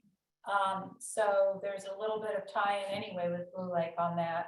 The Hooper family has been running our Blue Lake Garbage for a long time, and they're really going to be missed. They've been good partners with us. But anyway, did you have a staff report on this? Yes, Mandy? and I believe Tasha is that the T. Eisner on the screen? Yes. Oh, hi. That just all of a sudden I was like, oh wait, I think I know who that is. Okay. Hello. So, welcome. Yeah. So so Tasha and her husband are here, right? Is that who's here? Yep, Kenny. Okay. So they've purchased Blake Garbage from the Hooper family, and I'm really excited that it was. I consider them a local group. They're up on Liscombe Hill, so that's pretty close to Blue Lake. We'll go ahead and accept you guys. And we also have the business out in the Powers Creek district. So there's a nice, continuity of that Blue Lake connection, which is really great. I was a little bit concerned knowing that Doug was getting ready to retire, that we might lose some of that connection as a small community and kind of get gobbled up by a bigger, more of a corporate entity. So we've been working with Tasha on the contract, and the contract with Lake Garbage was fine. It hadn't been updated for quite a while. Doug and Barbara obviously hadn't updated fees for a long time. There's some aspects of the contract that just need to be kind of brought forward into kind of modern times a little bit. There's a couple of items that we've been working through with the city's attorney, and they're both very minor, and we think we're really close to having a final product for council's direction, or if you want to make some kind of directive to staff tonight based upon what Ryan's issues are, we can go that route also. So the biggest issue, there's two. One is the term of the contract. The current contract with Lake Garbage expires in 2025. Humboldt Sanitation is proposing a contract termination date of 2031. Ryan was a little bit concerned about the longevity of that term and is recommending that we allow for the current term to go up to the 5-year, but add an extension, an automatic extension, unless the city decides that there's something so substantive that we just, need an out of the contract. And if the city doesn't trigger that out, it would be an automatic extension to the 2031 date. And I don't know how you guys will feel about that, Tasha. It's the first time we've kind of talked about it. But just to tie the city into a 2031 ending date with a new contract, the new company, Ryan felt a little more comfortable, going up to 2025 and then having an automatic extension as long as everything's going well, and which I anticipate everything is going to be fine. Ryan Gans is our city attorney, just to flesh that out. So it's actually Ryan Plotz who's doing this one. Oh, Ryan Plotz, Russ Gans. He's just a little bit cheaper than Russ. All right. The other item is just the rate structure. Yeah. So right now there's a proposal for a 9.94% increase.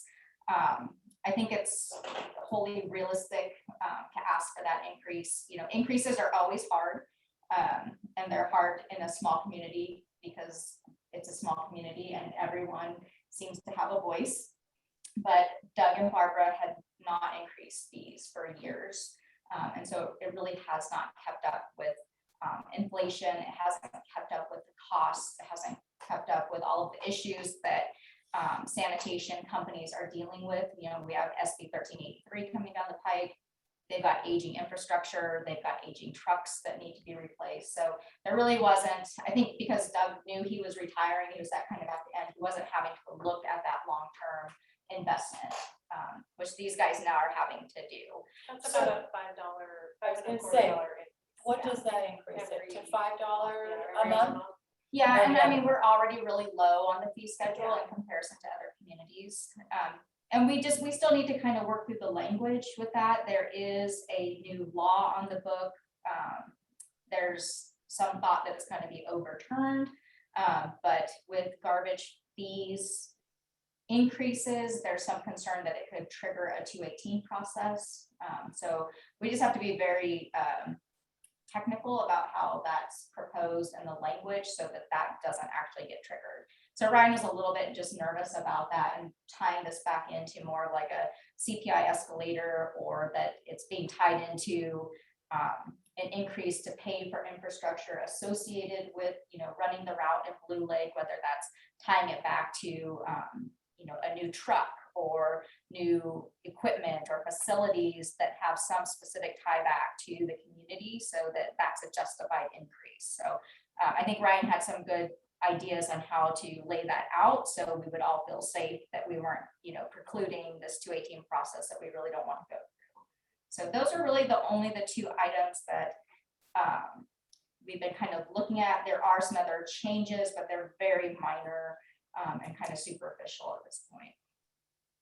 And I don't know, Tasha, if you had any concerns or questions or wanted to add anything.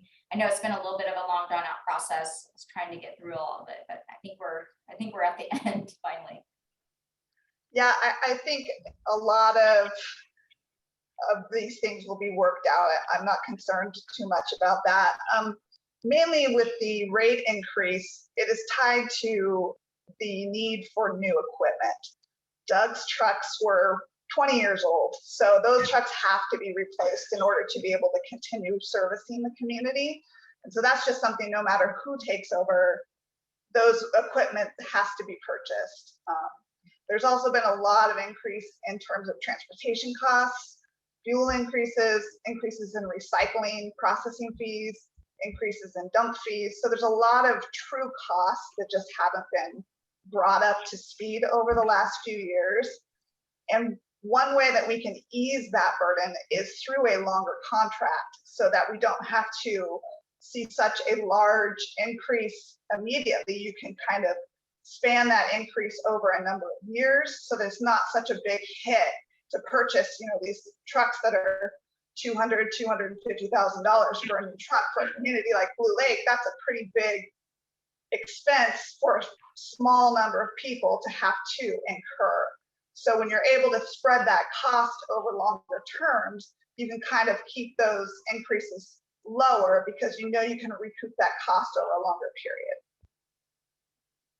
Yeah, my concern with long contracts is politically, when you have a city council that makes a decision that's looking that far ahead, it's hard for me to put that onus on a council 5 or 10 years in the future. I mean, I can do it for 5 years, but it's hard for me to say in a 10-year commitment to a council on something like this. So that's just my feeling about it. I don't know how. I understand that, yeah, and most contracts in the solid waste industry are around 10 years.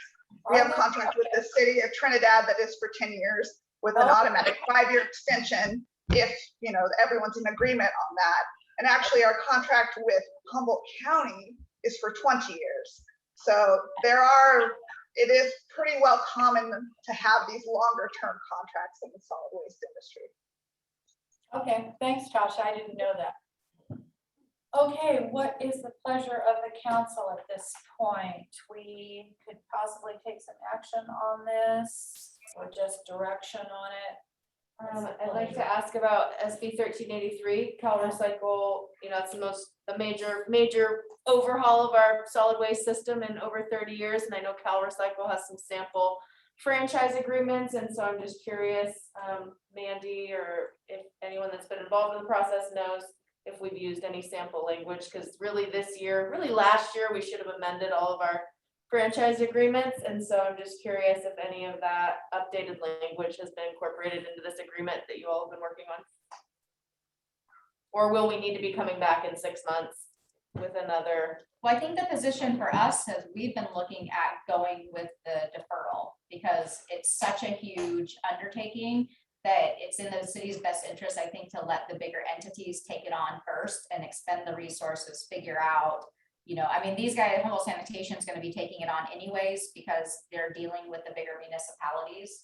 So they're going to be setting the stage for it, learning those systems, and then hopefully we'll be able to come in and, enter into the process after it's been kind of vetted and, some of the kinks have been worked out.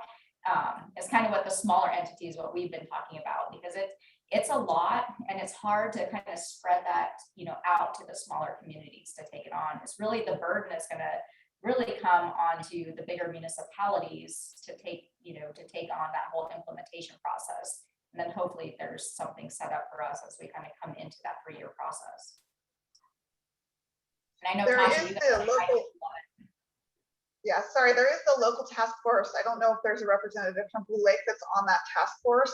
Yeah, there is. So I know they've been working together to try to come up with basically the municipalities working together to figure out how to handle SB 1383 because it is such a monster of a bill.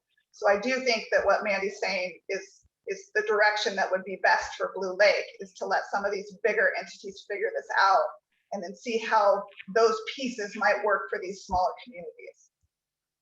Yeah, we just don't really have any leverage or really any bulk we're so small in comparison, and trying to take on some of that burden, we just, it doesn't even make fiscal sense for us to do it at this point, or to expend resources, because we're such a small, player in the equation at this point. So it's just such a big issue. And it's pretty overwhelming. I know the task force is putting out, to bring someone on to work through this. And I don't know if there's an update from HWMA yet on the director, if that's happened. But hopefully there's some people with some technical expertise out there that are going to help, work through all of the kinks, because it's pretty big. It's very daunting.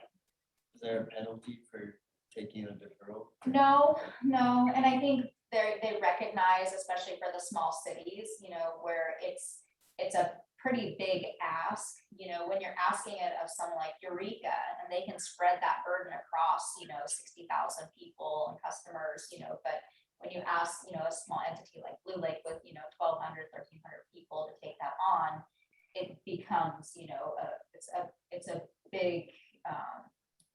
it's just a big burden. So they've recognized that and allowed the smaller entities to have this time. And I think the whole thing is to let the big guys figure it out first. And the state's going to help. They're looking at resources and looking at options also. Tasha, a quick question for you guys, and Kenny, are you guys doing any activities to kind of prepare for having to take on additional waste, green waste or compost? Do you foresee having to do that, or like upping your infrastructure and to address that for the county? Right now, the only facility in the county that takes green waste is the West End Road facility, West Green Landscaping. And so there's someone that we've been working with, along with HWMA, along with Recology, to try to figure out how we're going to be able to facilitate this for so many different jurisdictions, if they're going to be able to handle that.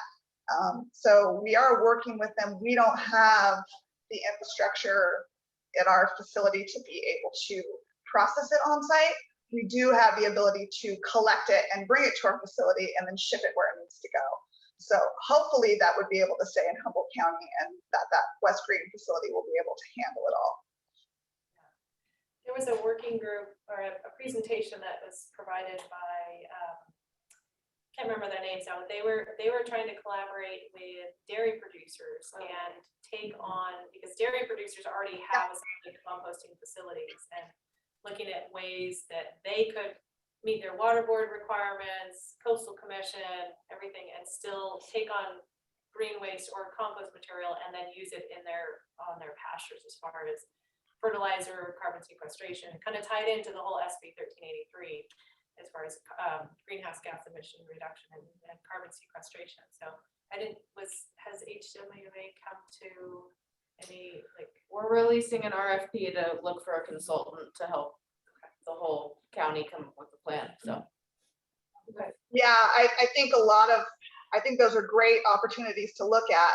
There's just a lot of policies in place, such as the State Water Board, Coastal Commission, all those things you mentioned, that are some pretty big hurdles that we're going to have to get some help with to get through if we want to look at those options for Humboldt County. All right, so I guess the direction is that we're okay with this 9.994% increase. And then do we want to go with a 5 or the 10-year contract? What's the feeling? And I will say, as you're discussing this, sorry, that increase was looking at being able to span this across this 10-year period. Oh. So this is a phased-in approach also. So this was just the first phase of knowing we need to be able to purchase a new truck to be able to service Blue Lake.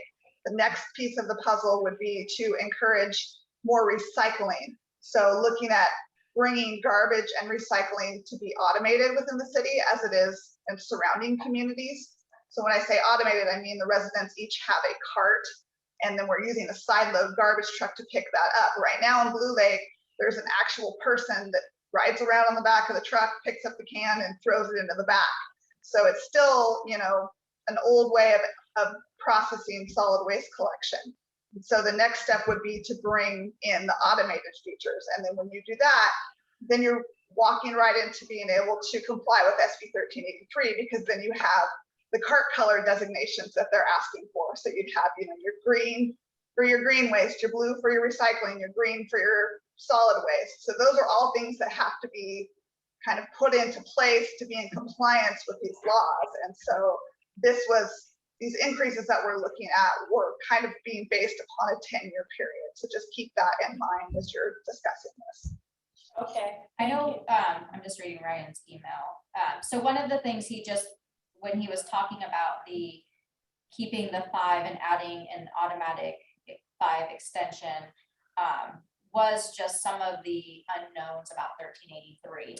By the time we get into this for the next extension, you know, there may be some things that we want to think about in the contract. And I would anticipate that it probably will just roll right through as an automatic renewal. But at that point, if there were some changes that needed to be made to the contract, even on your side, to try and envelop the 1383 requirements into the contract language, that would be like the best time, you know, possibly to be able to do it. So that was kind of only his main concern, was just adding that flexibility. Like, that's a good time to evaluate it.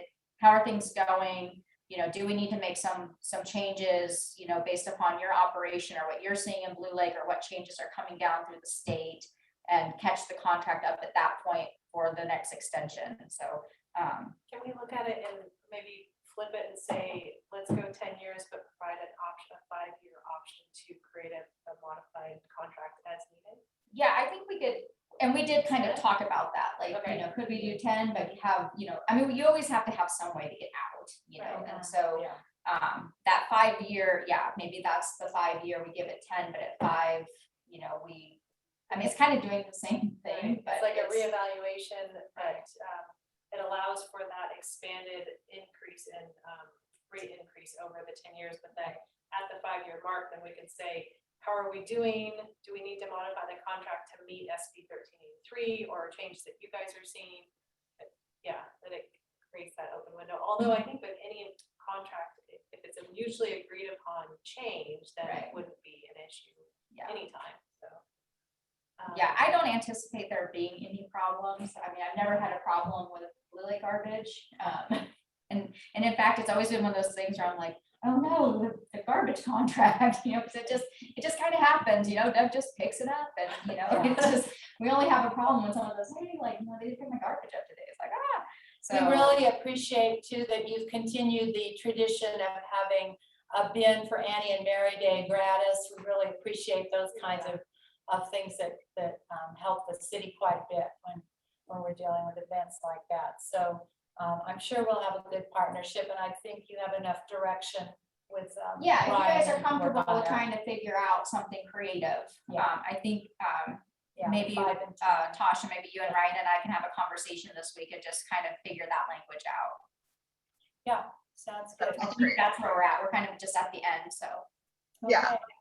Yeah, we've been doing this for a number of years. I mean, my family's owned and operated Humboldt Sanitation since 1977. So we've been in the area. I'm born and raised here.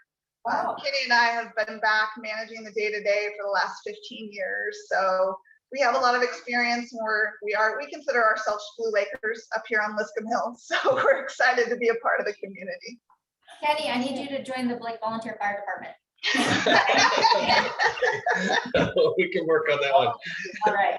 All right, little recruitment there. All right, thank you for joining us, and thank you for continuing your good partnership with our city. We're going to move on now to, we're skipping 8, and we're going to council correspondence. Is there any correspondence besides the letters that we received?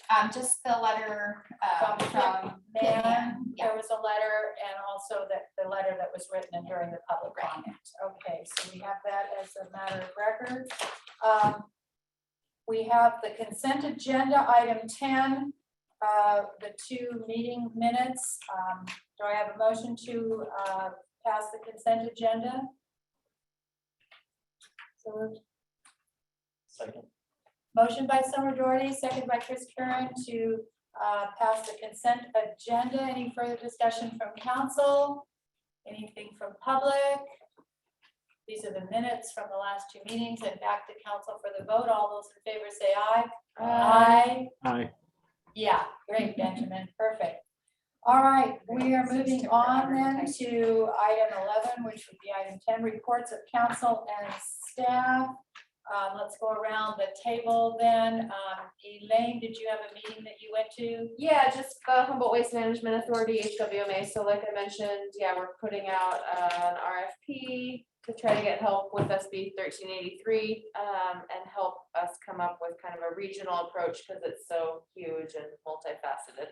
And then the search for the executive director is almost over. But I don't believe we have a signed agreement quite yet, but it's close, very close and looking promising. Okay, Yep, that's all. thank you. Summer meetings? We had a debrief about Annie and Mary Day at the chamber on last Monday, and everything went fantastic. I think there was one complaint, but it was solved, easily resolved, and then around 3,000 people. Was it? Wow. Everybody sold out on food, basically. Yeah, they ran out of food. I didn't get to check with vendors. I don't know how they. We had happy vendors. We had 50 vendors, which is the most I've ever had in the 35 years plus that I've been doing the vendor booths. They were very happy. They were making money and they were meeting people, making connections. So the vendors were very happy. They did run out of food. The fire department had to go back and get more meat. They ran out of hot dogs. La Barca ran out of cheese and beans. How can you have Mexican food without that? And the horse arena was really popular with the petting zoo and the children. They had 67 cars at the car show, which is also another record for the car show, which if you figure $35 or $45 each for each car, that was a good chunk of change that went right to our Park and Rec department, which is really wonderful. Thanks to Glenn Bernal for that. The parade went beautifully. We had two ladies dressed as Annie and Mary Day. David Benuku was the Grand Marshal. I rode in the Porsche with my husband driving and my grandson throwing out candy. We had a band at the parade, which we usually don't have, which was nice. The Old Crows, the Ladies of the Lake were there, a few other people. The 4 bands that played were very popular and good, kept people entertained. And then the fog came in and the people left. It was beautiful. They just left so peacefully. Yes, it was all so peaceful. Once they were and there, quiet. and then they were all Nice. gone with their garbage. Yeah, so it's been at least 2 weeks since that event, so I don't think it was a super spreader. It was outdoors and people were trying to keep distances, I thought.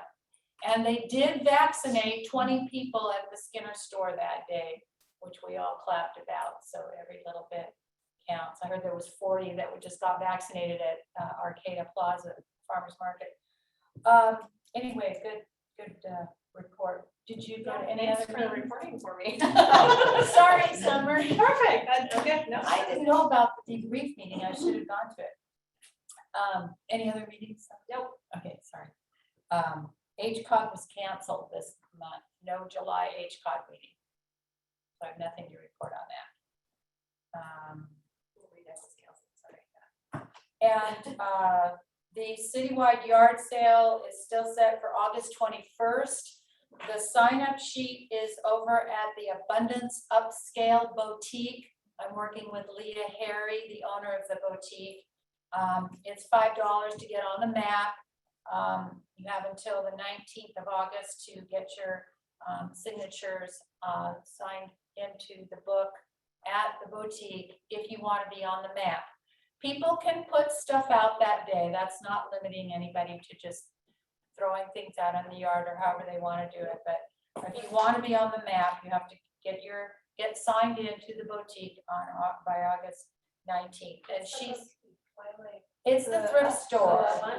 Abundance. What did I say? Boutique. They're called Abundance Upscale Boutique. Got it. Upcycle Boutique. Okay, thank you. Upcycle. Yeah. Anyway, so and she has interesting hours. She's open 12 to 5, Tuesday through Saturday. So, yeah. I don't know. Well, she's changed now, so I'm Okay. pretty sure I didn't bring my poster, but I've got posters out here and about it. So we'll get more information about that, or they'll be publicized more.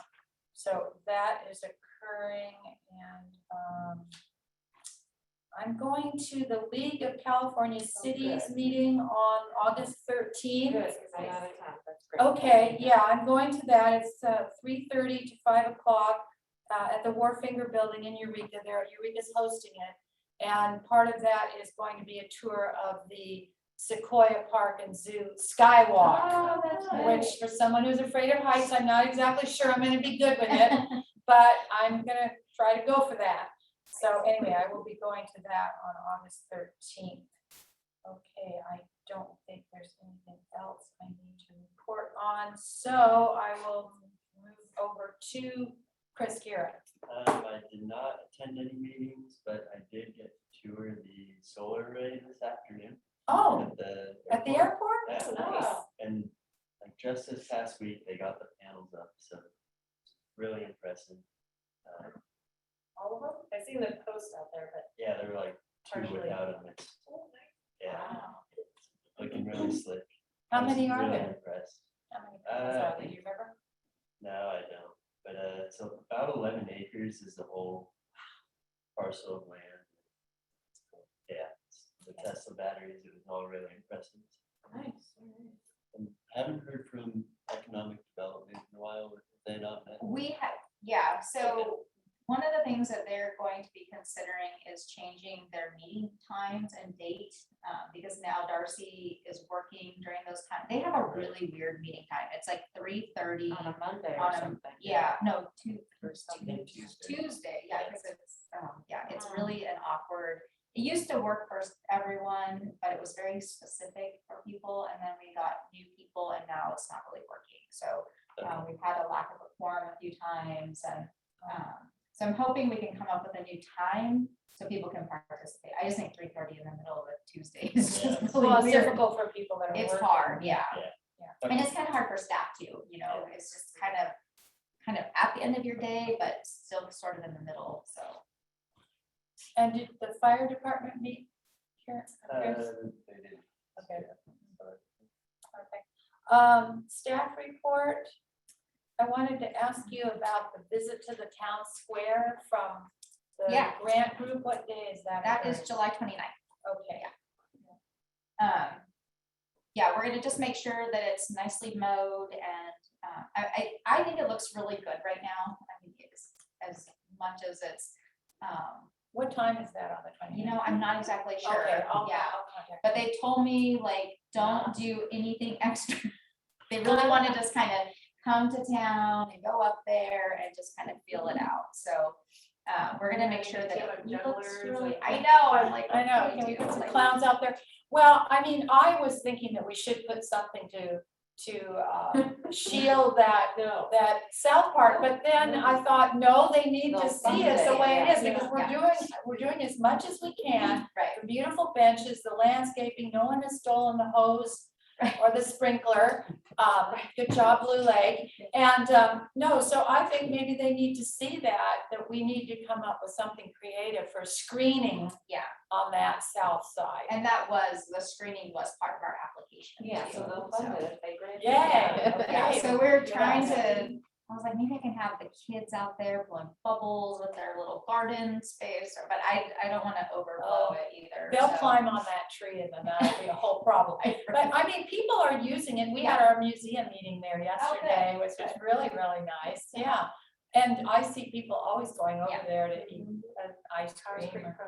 Yeah, Yeah. and you know what, I think the produce stand will be there, because it's on Friday, so. No, that's a Thursday, the 29th. It is. It won't be there. Oh, gosh, we were thinking it might coincide, but maybe it isn't. No, I think it is the 29th. Yeah, and that's been great, you know, it's been such a nice addition, and it's always, and they have a great produce stand, so it's getting a lot of people coming out. Okay, any other staff reports? We have positions advertised. Oh, yeah, what are we doing on that? We haven't, it's a really weird time right now. I feel like there's just not a lot of interest in anything. We had our RFQs out. We only got, for the RV park analysis, we only got one proposal. And I sent it to probably 50 different groups, consultants, international, national, regional, local. So I'm gonna have to go back out on that. We haven't had anyone so far interested in the economic development administrator planner position. We're trying to like send that out now to different agencies, you know, if anyone has staff or staff that have been laid off or so, but I'm just not really sure. And there's a lot of jobs on the job market right now. So, you know, looking at Craigslist, there's almost 1,100 jobs locally posted. But the Parks and Rec director. The Parks and Rec director, I think I have 4 applicants. Not everyone has, a lot of people, well, they're like 4 submitted letters of interest early on. And so we've contacted them all now saying you need to submit full packets. So we'll have the first round of interviews in August. So I know in the past council has sat in on that interview process, and that I like the way we did that interview. We gave them their questions ahead of time. We asked them to kind of come up with presentations and ideas and try to make them think a little bit more. And it was a little more interactive versus just, you know, I got 20 questions, you know, so I think it's a good process, and it allows them to really, like, you know, some people rise and some people really dropped off, you know, so we'll probably go through that same process. So should we plan before that interview process to pick a counselor, or can we just? Yeah, if you guys want to pick 2 or 1, however you want to do it. We have to do, well, do we have to do that in a agendaized item to do that? April says yes. Yeah. For an interview? Yes. For an interview, Job April? interview? Yep. Oh, April. She keeps us honest. Well, okay, so when is that deadline and when are you gonna start? It's open until filled, but I think we were shooting for like the second week of August to start, you know, the first round of interviews. On our next So meeting, for next the end of August. So we might have to have a, you know, and we may need a little special meeting anyways. We might have the negotiating agreement. Russ wants to get that. So I kind of anticipated us having something, and the date's fluid for the interviews, so. Okay, so let's, yeah, I guess. So maybe August 10th, we might have a 6:30 meeting. Yeah. That leads us to future agenda items. And nicely.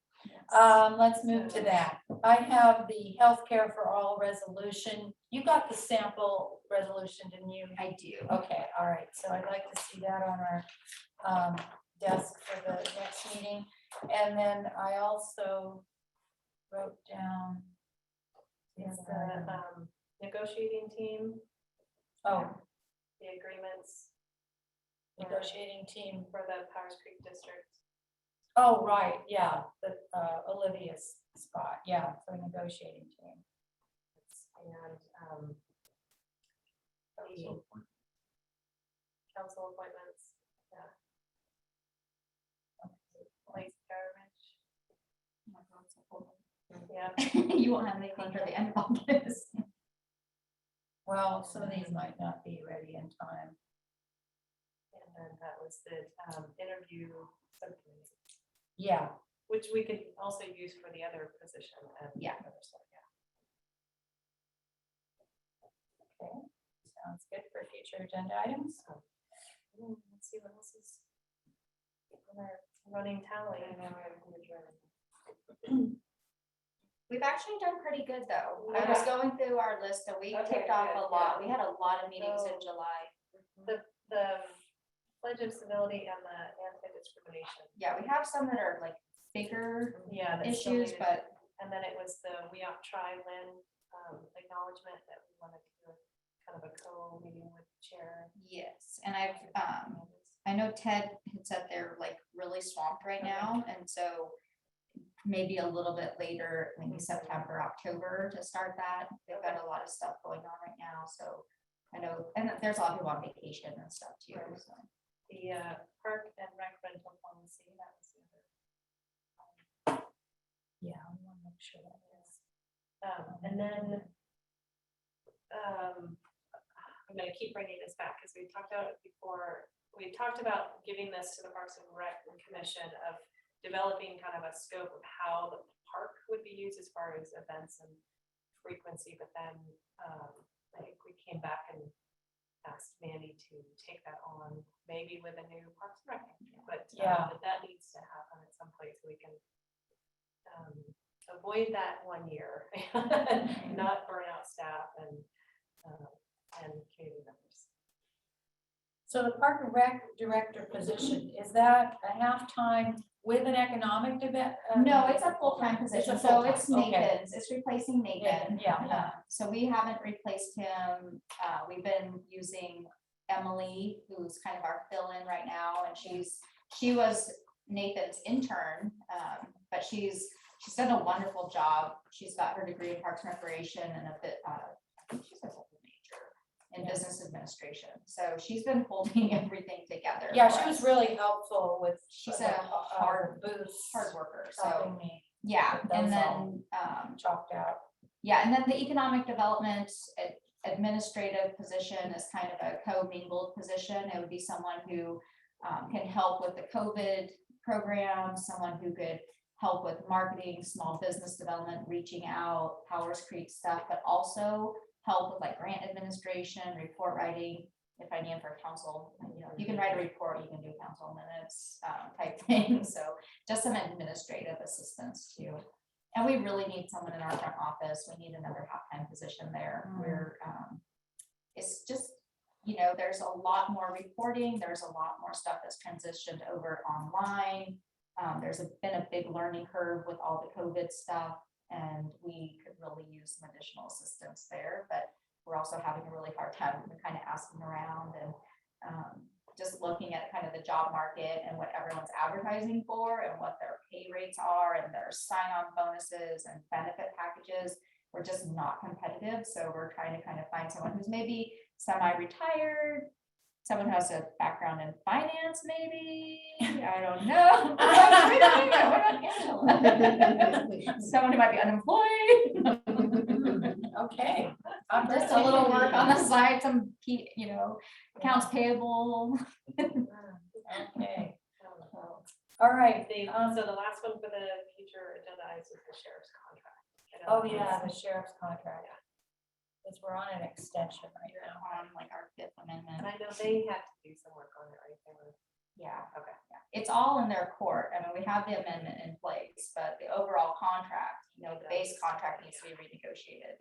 Okay, how are we doing on time? Not too bad. With that, one last question about the sign on the dugout for Go Rising. Is there a need for that to stay? No, well, it's one of those. When I brought USDA out to look at the facility, they were really excited because it kind of showed that multiple businesses had been operating in that facility. They're giving us $15,000 for additional equipment because it is a small business incubator. It's revenue for the park. It's kind of a creative use of facilities.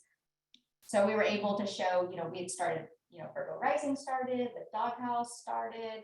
They kind of like that. And then there's also just a little bit of a connection with all the work that Marty has done. And I didn't really want to kind of take that away. And it's a pretty sign. It's not really hurting anything at this point.